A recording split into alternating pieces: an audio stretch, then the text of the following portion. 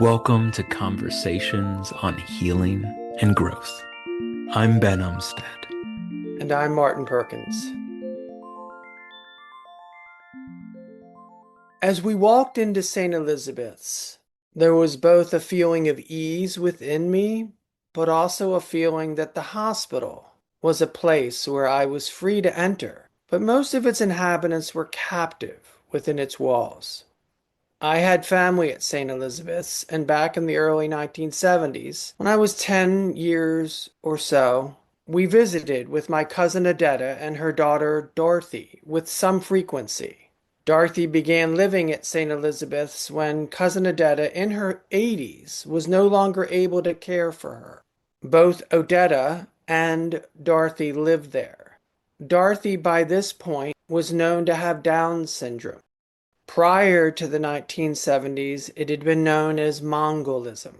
Right. So there's this change in perspective there. The language changes for more advocacy because those with Down's syndrome nearly always have physical and intellectual disabilities. As adults in their 20s or 30s or onward, their mental capacities and abilities are typically similar to those of an 8 or 9 year old child.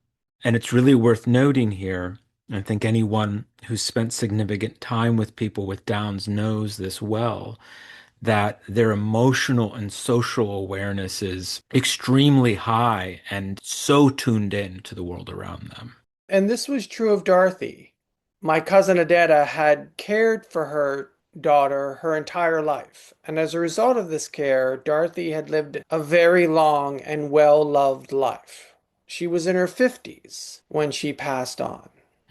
So, I mean, that's the distinction that we want to make here in this moment in telling the story. Currently, in 2026, a common lifespan for someone with Down syndrome is much greater. They can live into their 50s due to home care practices, quality of life, family engagement. But back when Dorothy passed away, that was very atypical. It was abnormal for someone to live that long. So someone born in the 1920s or 30s would often get institutionalized as a child, and that could often lead to more strained and limiting experiences, but not always.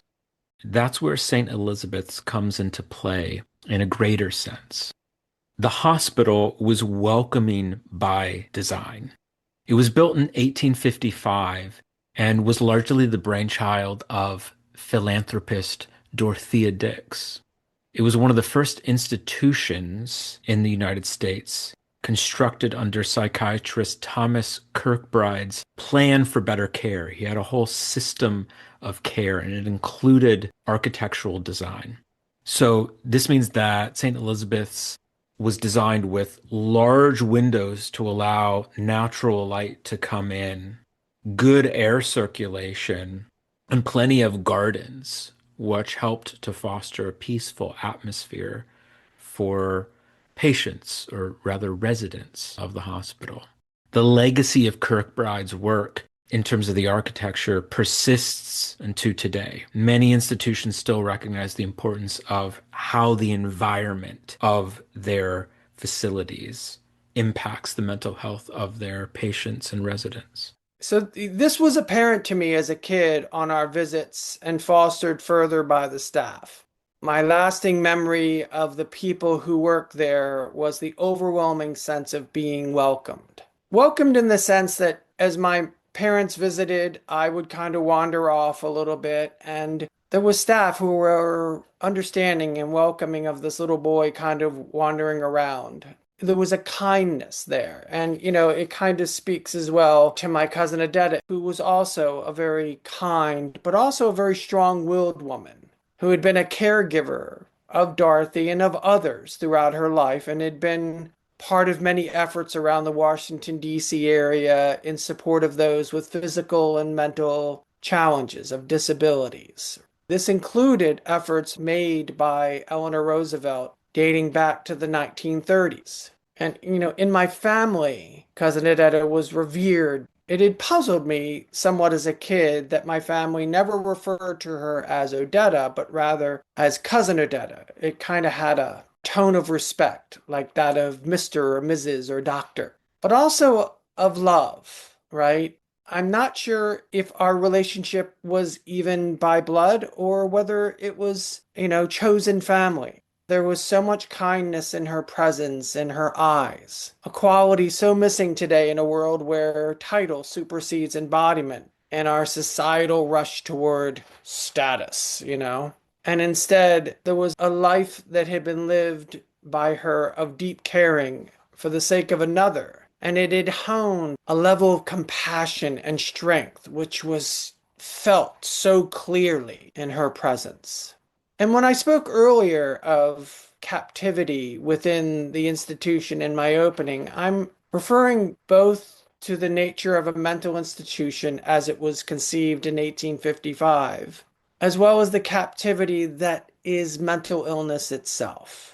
The pain, the hopelessness, the helplessness that often comes with facing such challenges.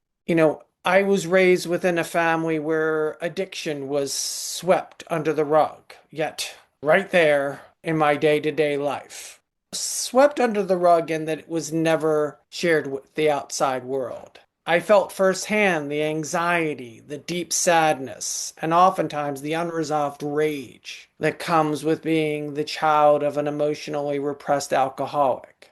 Someone who used both physical as well as emotional abuse in an effort to keep it firmly beneath the floorboards.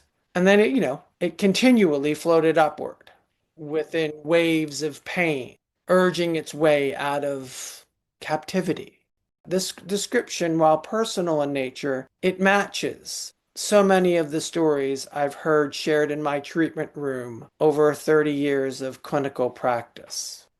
This is an interesting point you bring us to because St. Elizabeth's was originally called the Government Hospital for the Insane. It was the first federal mental health institution. And so that wording there is fascinating in regards to the time frame that it opens and then who it is serving.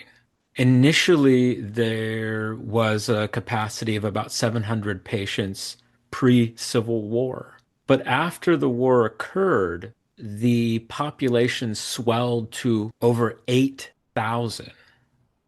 We have language today that helps us frame this in a different way, but we can note then and there in the 1860s and 70s that the post-traumatic stress disorder that we can call it now is experienced by all of these men coming in to St. Elizabeth's. It created this incredible need for more places like St. Elizabeth's. And yet, as that need grew, I would offer that the care, the compassion that you describe from the staff at St. Elizabeth's probably started to spread thin as money, as costs, as just capacity for compassion grew thin. And I think this plays into today as well. The statistics that we offer here are base and broad, but it's a good point to note that today, on average in the United States, 10 veterans commit suicide every day on average, while over 300,000 veterans are living unhoused. This brings us to our first in a series of questions that Martin and I would like to offer you to reflect upon. That question right now is, where do the war veterans of today go to receive long-lasting, kind, and compassionate treatment? If we flash forward to today and the dystopia of alienation and disconnection and the breakdown of authenticity and trust in our world, institutional support for mental illness at every level is offered at a trickle of the flow of resources needed to meet the challenge before us. The kind of broad effort needed to meet this moment is instead met by insurance companies seeking to deny any coverage that serves to impede their bottom line. And the privatization of care for mental illness has largely made it only available to those with great resources or those willing to remove equity from their savings, whether it be their home, a 401k, or other savings.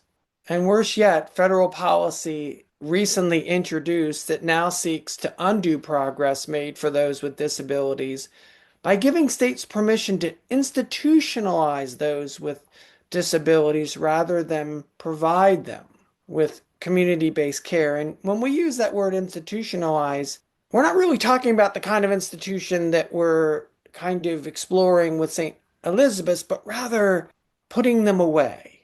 There's this tendency that if you don't see it, they don't exist. Whether we're talking about unhomed people, whether we're talking about people with disabilities, let's not bring it out to the light so that it can be dealt with, but rather let's tuck it away so you can't be seeing it because it makes people uncomfortable. And I would suggest the only way anything ever changes is frankly is because we all get very uncomfortable with the way it is. We've got to get uncomfortable in order to change things. And that's why it's being tucked away, right? Which is a great tragedy, really.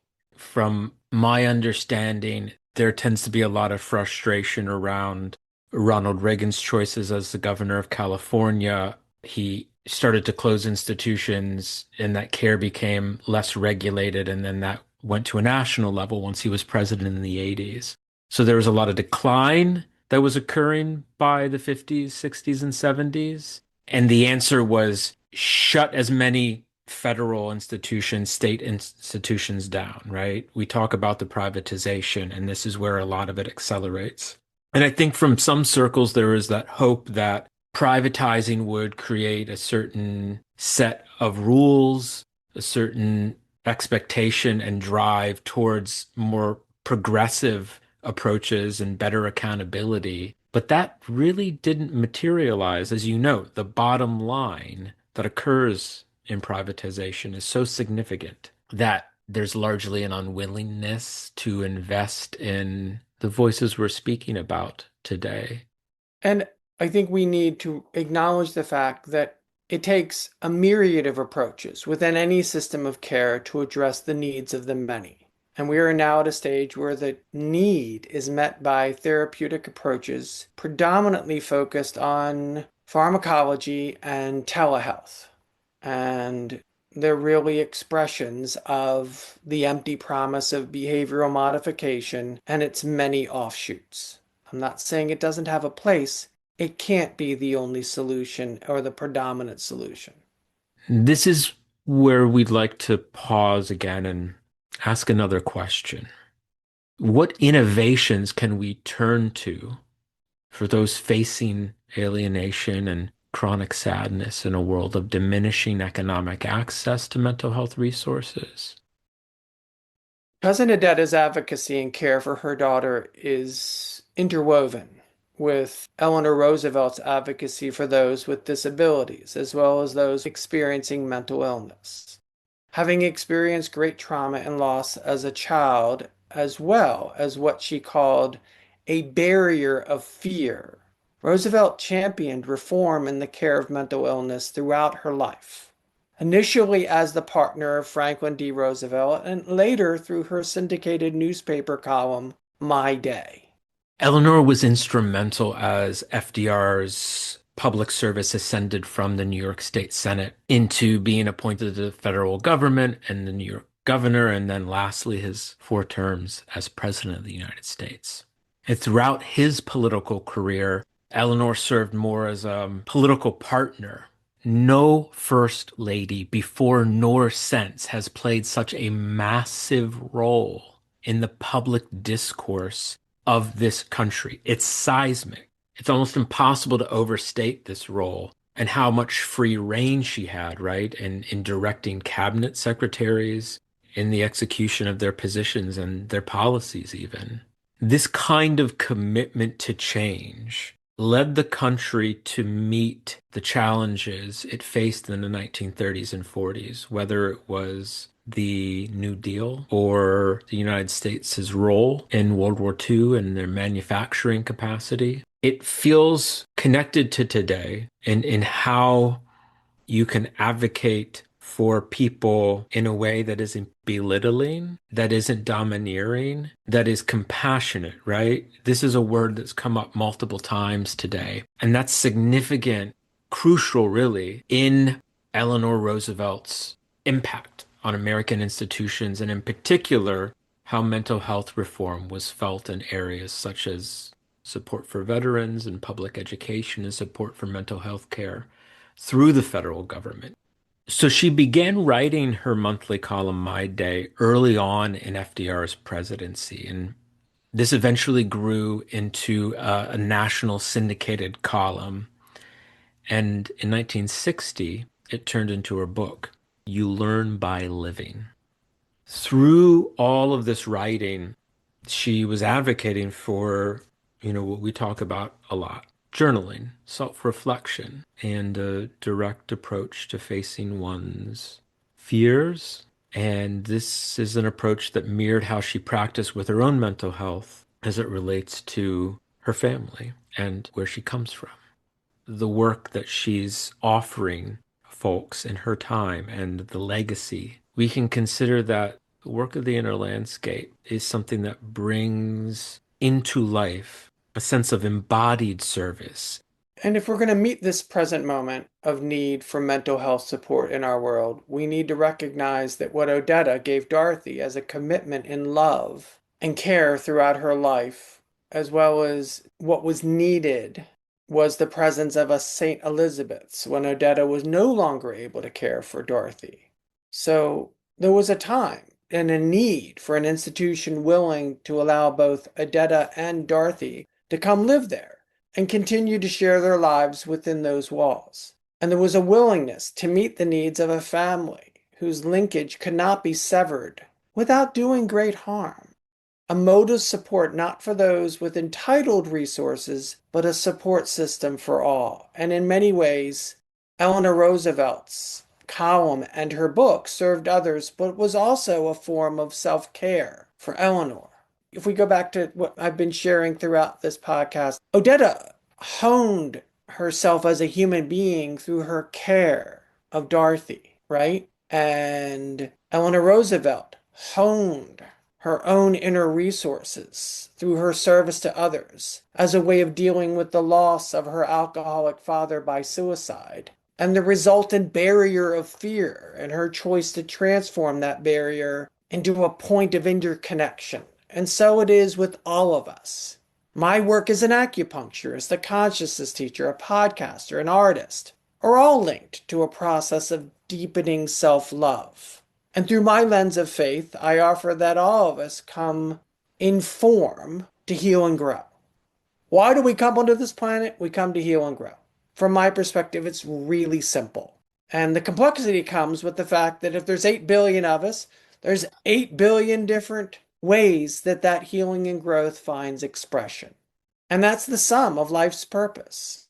Some wisdom teachers will say that life is not about reaching for a zenith, for some heightened, reach for the stars kind of love. And I largely agree.